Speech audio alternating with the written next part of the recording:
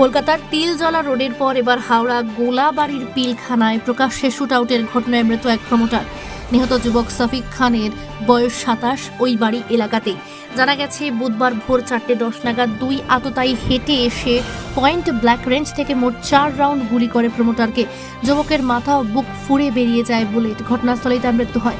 জানা গিয়েছে এলাকায় দুই কুখ্যাত দুষ্কৃতী হারুন খান ও রাফাকাত হোসেন ওরফে রোহিতের সঙ্গে পুরনো কোনো শত্রুতার জেরে এই শুট আউটের ঘটনা ঘটেছে। খুব সম্ভবত তোলাবাজির টাকা না পেয়ে প্রমোটারকে গুলি করে এই খুনের ঘটনা। পরিস্থিতি নিয়ন্ত্রণে রাখতে ঘটনাস্থলে নামানো হয়েছে র্যাব। ঘটনায় তদন্ত শুরু করেছে হাওড়া সিটি পুলিশ। খতিয়ে দেখা হচ্ছে এলাকায় সিসি ক্যামেরা ফুটেজ। এদিন সকালে ঘটনাস্থলে আসেন পুলিশের ডিসি নর্থ অম্লান কুসুম ঘোষ। তিনি জানান, সিসিটিভি ফুটেজ সংগ্রহ করা হয়েছে। ঘটনার কারণ খতিয়ে দেখা হচ্ছে, দুষ্কৃতীদের খোঁজ চলছে। হাওড়া থেকে Pradip Sengupta report, C prime news.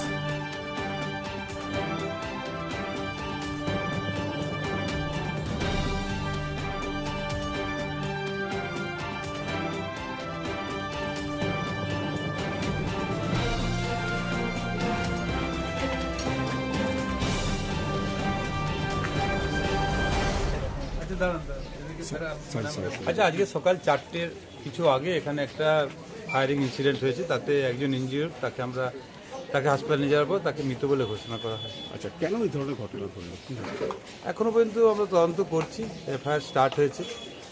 পুরানো কোনো শত্রুতার বিষয় এর মধ্যে আমাদের কাছে খবর আসছে এবং তদন্তের পর বাকিটা জানা যাবে। পরিবারের লোকজন যেটা অভিযোগ করছেন যে প্রমোটিং সংক্রান্ত কোনো বিবাদের জেরে খুনের ঘটনা, কি বলবেন? এটা আমাদের তদন্ত চলছে, তদন্তের পরই আমরা এটা সম্পূর্ণভাবে জানতে পারবো। আর অন্য কোনো কারণ না, তদন্তটাই আমাদের এলাকার চলছে। মানুষজন যেটা অভিযোগ করছেন যে যাদের বিরুদ্ধে অভিযোগ তাদের কাছে আর্মস ছিল, সেটা পুলিশের কাছে আগে থেকে বলা ছিল, তাদের বিরুদ্ধে ব্যবস্থা নেওয়া হয়নি। নিয়মিত তো এখানে এই যারা অসামাজিক কাজকর্ম করে তাদের এগেনস্টে নিয়মিত ব্যবস্থা নেওয়া হয়। এরকম খবর থাকলে অবশ্যই ব্যবস্থা নেওয়া হয়। সামনেই নির্বাচন, তার আগে এই ধরনের আগ্নেয়াস্ত্র নিয়ে পুলিশ গুন্ডাদের দাপাদাপি, সেটা তো স্বাভাবিকভাবেই একটা আতঙ্ক এলাকার মানুষজন তারা বলছেন, কি বলবেন?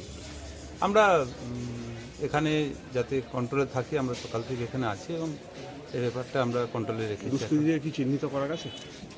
আমরা বেশ কিছু ফুটেজ পেয়েছি এবং তদন্তে আমাদের কাছে নাম এসেছে। কতজন আছে এখন তদন্তের ব্যাপারে আমরা রয়েছি।